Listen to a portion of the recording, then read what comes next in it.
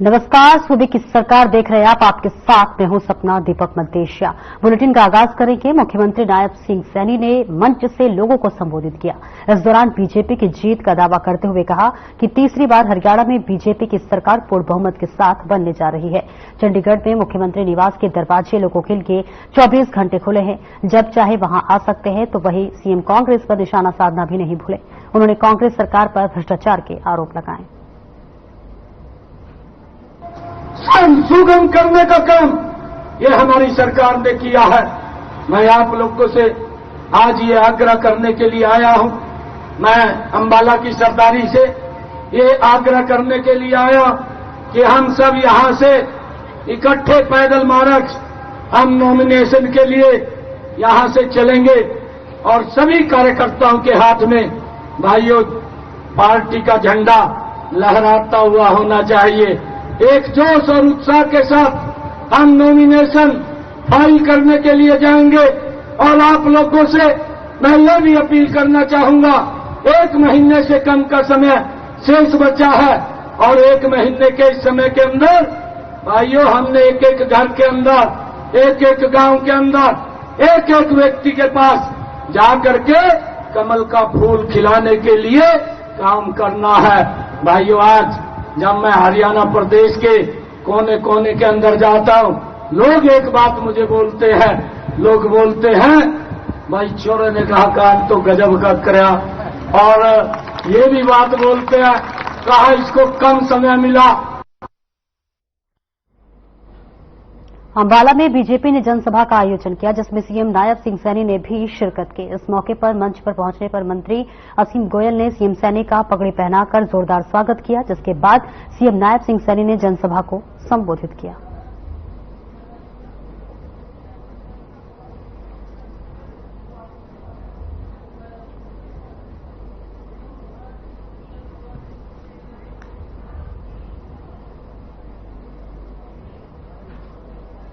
और वहीं रतिया में बीजेपी के उम्मीदवार सुनीता दुग्गल का नामांकन के दौरान प्रदेश के मुख्यमंत्री नायब सिंह सैनी, राज्यसभा सांसद सुभाष बराला सहित बीजेपी के नेता पहुंचे।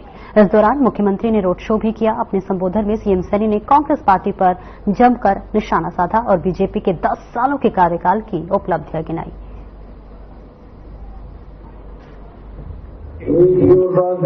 के साथ आपकी आवाज दुनिया के सबसे लोकप्रिय नेता भारत के सबसे प्रधानमंत्री को सुनाई देनी चाहिए। मुझे की संकल्प की मुट्ठी खींच करके दोनों हाथ ऊपर करके एक जोरदार जयकारे के साथ भारत माता के, भारत माता के मंच पर विराजमान आज हम सबको आशीर्वाद देने के लिए यहाँ पर पधारे परम श्रद्धेय स्वामी धर्मदेव जी महाराज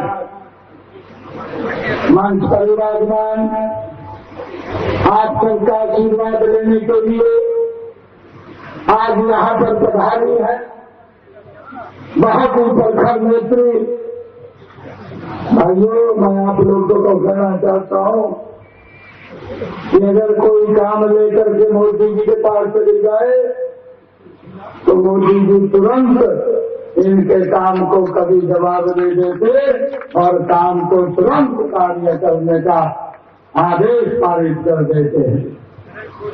आज जो आपकी लोकप्रिय प्रत्याशी और हमारी इस क्षेत्र की पूर्व सांसद रही, क्योंकि मैंने तो देखा है लोकसभा के अंदर मेरे साथी सांसद रही है और जब भी शिक्षा की कोई बात आती थी कहीं पर भी ये होती थी तुरंत आपकी आवाज को बुलंद तरीके से सरकार के सामने रखने का भी लोकसभा के पटल के ऊपर काम करती थी।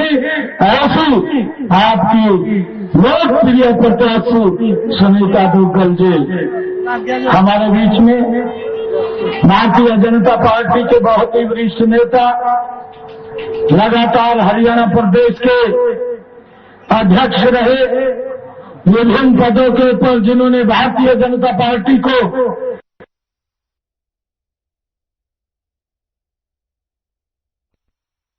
और वहीं अम्बाला से बीजेपी प्रत्याशी असीम गोयल ने नॉमिनेशन दाखिल किया है। इस मौके पर उनके साथ हरियाणा में मुख्यमंत्री नायब सिंह भी मौजूद रहे।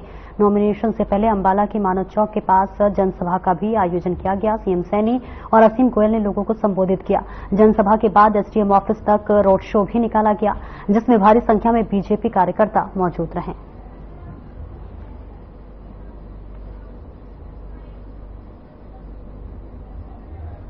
असीम जी को मैं आज नामांकन दाखिल किया है।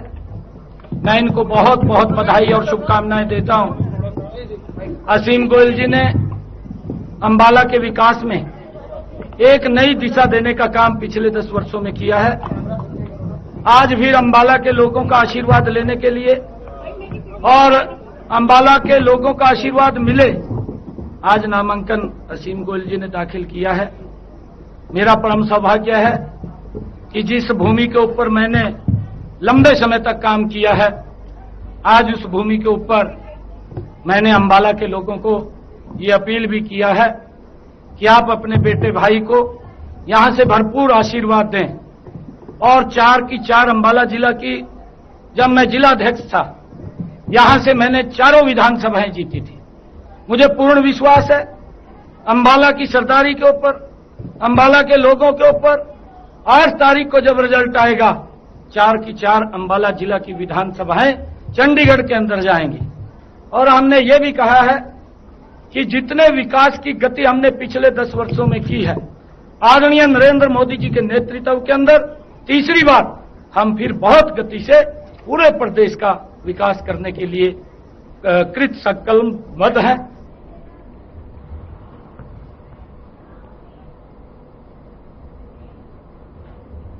और वहीं केंद्रीय मंत्री और पूर्व मुख्यमंत्री मनोहर लाल फरीदाबाद पहुंचे, जहां उन्होंने पूर्व उद्योग मंत्री और बीजेपी उम्मीदवार विपुल गोयल और विधायक राजेश नागर का पर्चा भरवाया। इससे पहले उन्होंने एक जनसभा को संबोधित किया। इस मौके पर उन्होंने कांग्रेस पर जमकर निशाना साधा। उन्होंने कहा, कांग्रेस में जिस तरह से बंदरबाट हो रही है, वे बताने के लिए काफी है कि कांग्रेस में किस तरीके से काम होता है। अभी तक उन्होंने सेटिंग और गेटिंग के आधार पर टिकट बाकी है, जिसमें आमतौर पर बहुत ज्यादा परेशानी देखने को नहीं मिलती, लेकिन बाकी टिकटों की घोषणा में जिस तरह से देरी हो रही, उससे साफ पता चलता है कि कांग्रेस इन दिनों बेहद परेशानी की दौर से गुजर रही है।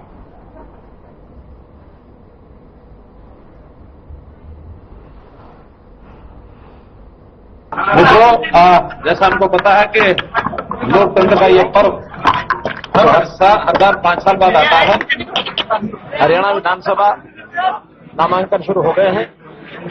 हमने अपनी पहली सूची 67 कैंडिडेट की जारी की है और उसमें नामांकन शुरू हो चुके हैं। अभी तक 6 तारीख 7 तारीख 2 दिन नामांकन हुए हैं। अभी 4 दिन और शेष है, आज को मिला के 8, 9, 10, 11, 12। तो इसमें सभी कैंडिडेट्स जो सूची बची है वो भी जल्दी घोषित हो जाएगी। सबके सब 90 कैंडिडेट्स का जो नामांकन होगा। नामांकन के अवसर पर जो मुझे वातावरण दिखा है आज फरीदाबाद में, मैं निश्चित रूप से कह सकता हूं कि हरियाणा में पुनः तीसरी बार भारतीय जनता पार्टी की सरकार आ रही है। 2019 में भी भारतीय जनता पार्टी ने मुझे यहाँ से उम्मीदवार बनाया था और 2019 में जो हमारी जीत हुई, पूरे हरियाणा में 90 की 90 विधानसभा में सबसे ज्यादा अगर मत वोट किसी विधानसभा को मिले, जगांव विधानसभा को मिले।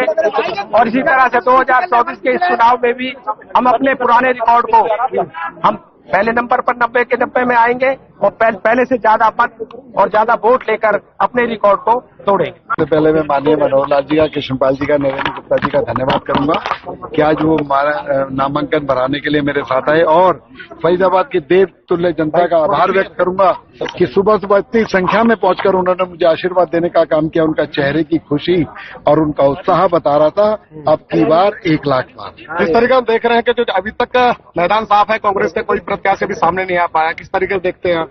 कांग्रेस का प्रत्याशी वो लोग अभी गठबंधन ढूंढ रहे हैं, अभी वो लोग कुछ सहयोगी ढूंढ रहे हैं, तो इसलिए कांग्रेस की क्या बात करनी जिन्हों का नेता नहीं चुना गया।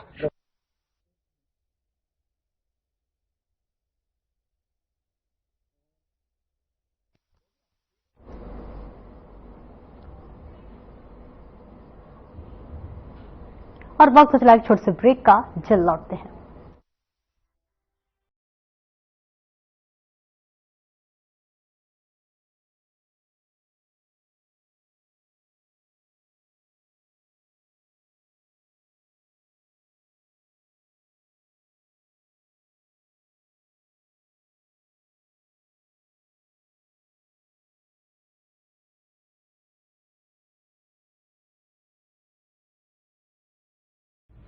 लेवल सबके निकलेंगे। यूं बोलकर कि हरियाणा में नौकरी नहीं मिला करती बेटा, यो तो हमने बीजेपी तो वोट दिया और उनने मेहनत करी, जिब्बे तो जाकर मिल रही है बिना खर्ची पर्ची के नौकरियां, और वह भी नॉन स्टॉप। जब्बे तो भरोसा हमने काम करने वाली बीजेपी पर, ना कि नौकरी बेचने वाले दलाला पर। नॉन स्टॉप विकास, बीजेपी पर विश्वास।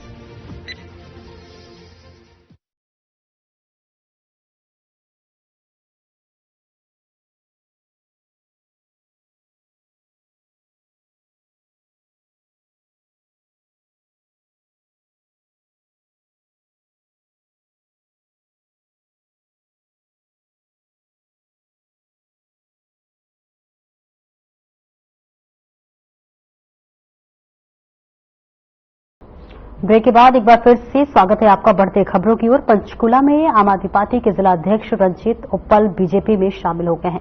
मुख्यमंत्री नायब सिंह सैनी ने उन्हें बीजेपी का पटका पहनाकर पार्टी ज्वाइन करवाया है।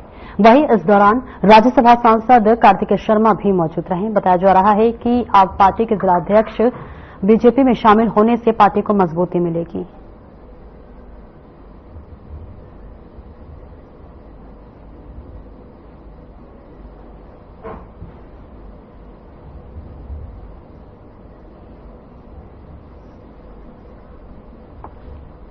हरियाणा के जिला फरीदाबाद में बीजेपी के दिग्गज नेता ने अपना नामांकन दाखिल किया है। ओल्ड विधानसभा नवासी क्षेत्र से भाजपा प्रत्याशी विपुल गोयल ने अपना नामांकन भरा। नामांकन दाखिल करवाने के लिए केंद्रीय मंत्री मनोहर लाल और प्रदेश प्रभारी बिप्लब देव भी रिटर्निंग कार्यालय पर पहुंचे। इससे पहले केंद्रीय मंत्री ने एक जनसभा को संबोधित किया।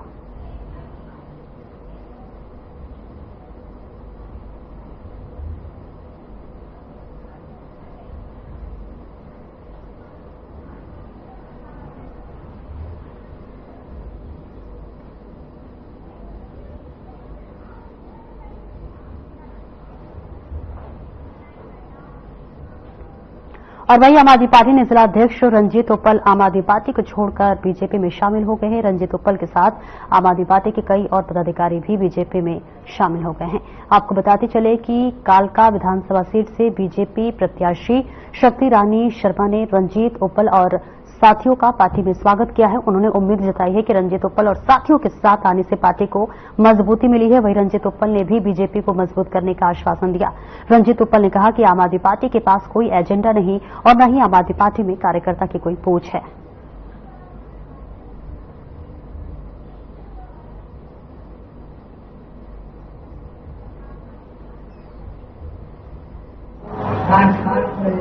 बदल में काम किया है जो हमारे कार्यक्रम है हमारे को मजबूत बनाएगा। उन्होंने दूर लेवल तक काम किया हुआ है और पार्टी को इससे मदद बनेगी। कहीं ना कहीं जिस आदमी से आपको टक्कर मिलने वाली थी आज वो आपके साथ खड़ा है तो जीत निश्चित है। आने वाला समय में परिवार बड़ा जरूरत है। पुराने परिवार में जो पिछला परिवार था उसको लोग रुके हुए भी है, उसको मनाएंगे। बिल्कुल उनको मना रहे हैं और मनाने साथ देते हैं। साथ देना होगा और जो विकास कुछ कमियां रह गई हैं, जो कुछ कमियां बाकी हैं, उस विकास को भी आगे हम देखेंगे। ऊपर जी कालका की जनता आज सुबह से कह रही है कि ऊपर जी बदल गए हैं। कालका वो आम आदमी की बात करते थे, अब भाजपा की बात करें तो कैसे कर पाएंगे आप? बिल्कुल जी, मैं जो मुद्दे पहले हैं वो भी मुद्दे अपने बहन जी के पास, अपने माता जी के ऊपर, हम दो मुद्दों के ऊपर दोबारा डिस्कस करके वो भी मुद्दे हम हल करेंगे। देखो, मैं अपोजिशन में पिछले 4-5 साल से करता रहा हूँ। अपोजिशन में रोड पे बैठा हूँ, मैं सड़कों पे भी बैठा हूँ, मैंने अपने ट्रालियां लेके यहाँ से गंद भी उठवाया और मैंने बहुत प्रोटेस्ट करा और जनता के लिए करा। और आज भी को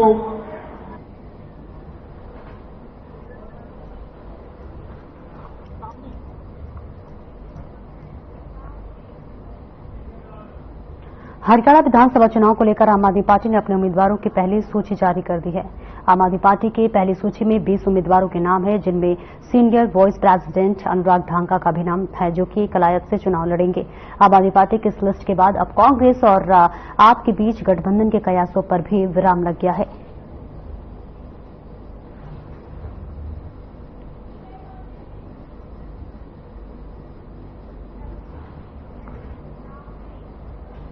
और वही साल से पूर्व मंत्री छत्रपाल सिंह ने 2014 में बीजेपी ज्वाइन की थी, इस उम्मीद के साथ की कि बीजेपी उन्हें पूरे मान सम्मान के साथ अपने क्षेत्र की जनता का प्रतिनिधित्व करने का मौका देगी। लेकिन पार्टी की तरफ से हर बार नजरअंदाज किए जाने पर कार्यकर्ताओं में रोष देखते हुए छत्रपाल सिंह ने हरियाणा राज्य के बुद्धिजीवी प्रकोष्ठ के प्रमुख से पद से और बीजेपी की सदस्यता से इस्तीफा दे दिया है।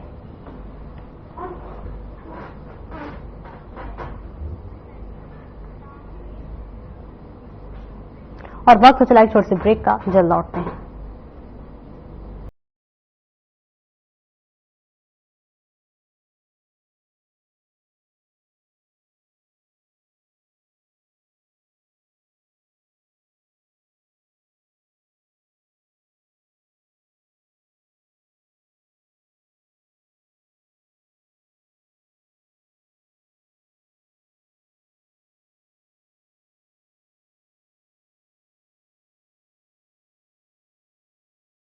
ओ पीछे देखो पीछे न्यूए हमने 5-6 करती आई है अब पहले की सरकार, कदा हमने बांट के कदा आपस में लड़वा के, पर जब तक हमने बीजेपी पे वोट दिया है ना, हम नॉन स्टॉप आगे बढ़ते गए हैं। स्पोर्ट्स में आ गए, स्टार्टअप में आ गए, खेती बाड़ी में आ गए, हर इंफ्रास्ट्रक्चर में आ गए। जब तक हमने अपनी बीजेपी पे इतना विश्वास है, ना कि इन परिवारवादियों की पिछड़ी हुई सोच पे। नॉन स्टॉप विकास, बीजेपी पे विश्वास।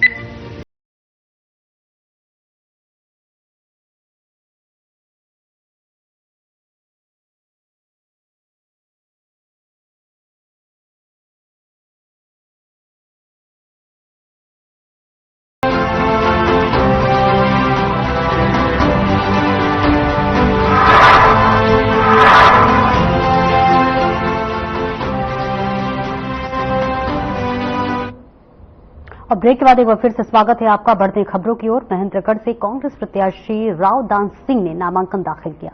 इस मौके पर उनके साथ बड़े भाई राव राम कुमार, पत्नी संध्या राव, पुत्र अक्षत राव और पुत्री अनुश्री राव मौजूद रहे। इस मौके पर राव दान सिंह ने कहा कि पूर्व मुख्यमंत्री भूपेंद्र सिंह हुड्डा को 4 जगह नामांकन करवाना था, उनके पास समय का अभाव होने की वजह से नामांकन पहले किया गया है। इस मौके पर झुंझुनू के सांसद विजेंद्र सिंह ओला मौजूद रहे। इस मौके पर लगभग 1 दर्जन जेजेपी और बीजेपी कार्यकर्ताओं ने कांग्रेस का दामन थाम लिया।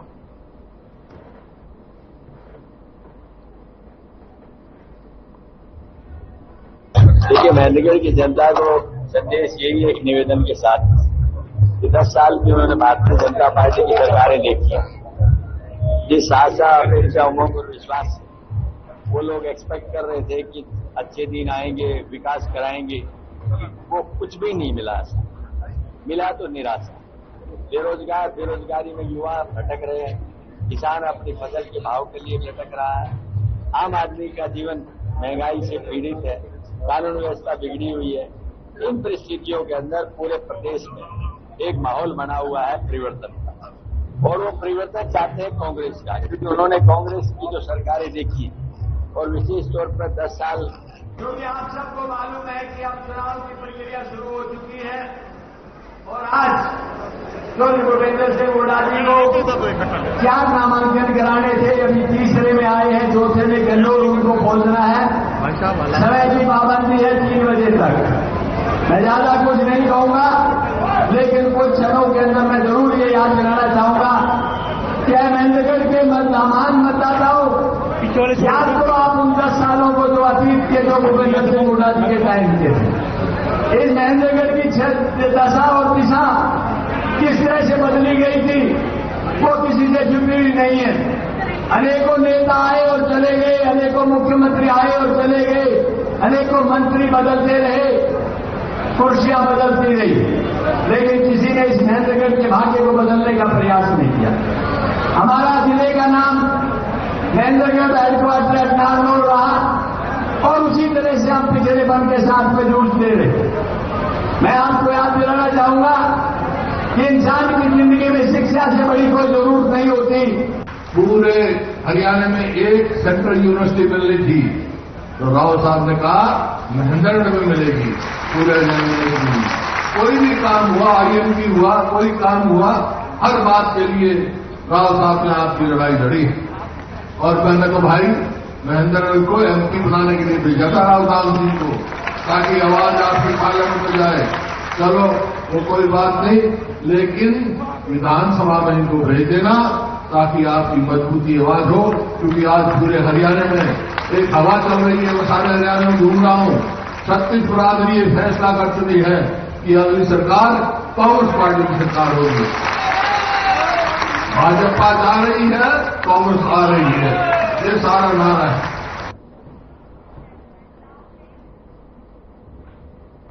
पुनाना से 2 बार मंत्री और मौजूदा विधायक मोहम्मद इलियास पर कांग्रेस पार्टी ने एक बार फिर से विश्वास जताते हुए उन्हें टिकट देकर चुनावी मैदान में उतार दिया है।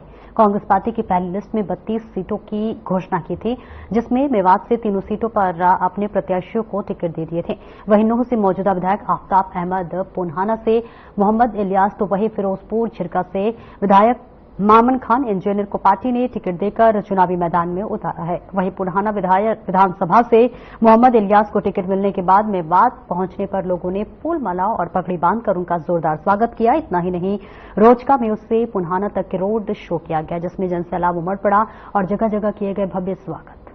वहीं मोहम्मद इलियास ने इसका आभार भी जताया है। देखिए, सबसे पहले तो मैं कांग्रेस पार्टी का बेहद शुक्रगुजार हूं। उन्होंने जो है मेरे जैसे उम्मीदवार, मेरे जैसे को अपना पार्टी का सिंबल देकर उम्मीदवार बनाया, मेरे अंदर विश्वास व्यक्त किया, इसलिए मैं उनका बेहद मशहूर हूं। और आप सबको एक विश्वास दिलाता हूं, जिस विश्वास के साथ मुझे मेरे अंदर व्यक्त किया है, मैं पार्टी के लिए भी और आदरणीय हुड्डा साहब के विश्वास में हमेशा खरा उतरूंगा। और आप सबसे भी ये कहना चाहता हूं, अगर आप लोगों ने मुझे मौका दिया 5वीं बार, तो इंशाअल्लाह ताला पहले के मुकाबले में कहीं ज्यादा, क्योंकि अब सरकार भी बनने जा रही है, आदरणीय हुड्डा साहब चीफ मिनिस्टर बनने जा रहे हैं प्रदेश के, तन मन धन से आपकी सेवा करूंगा।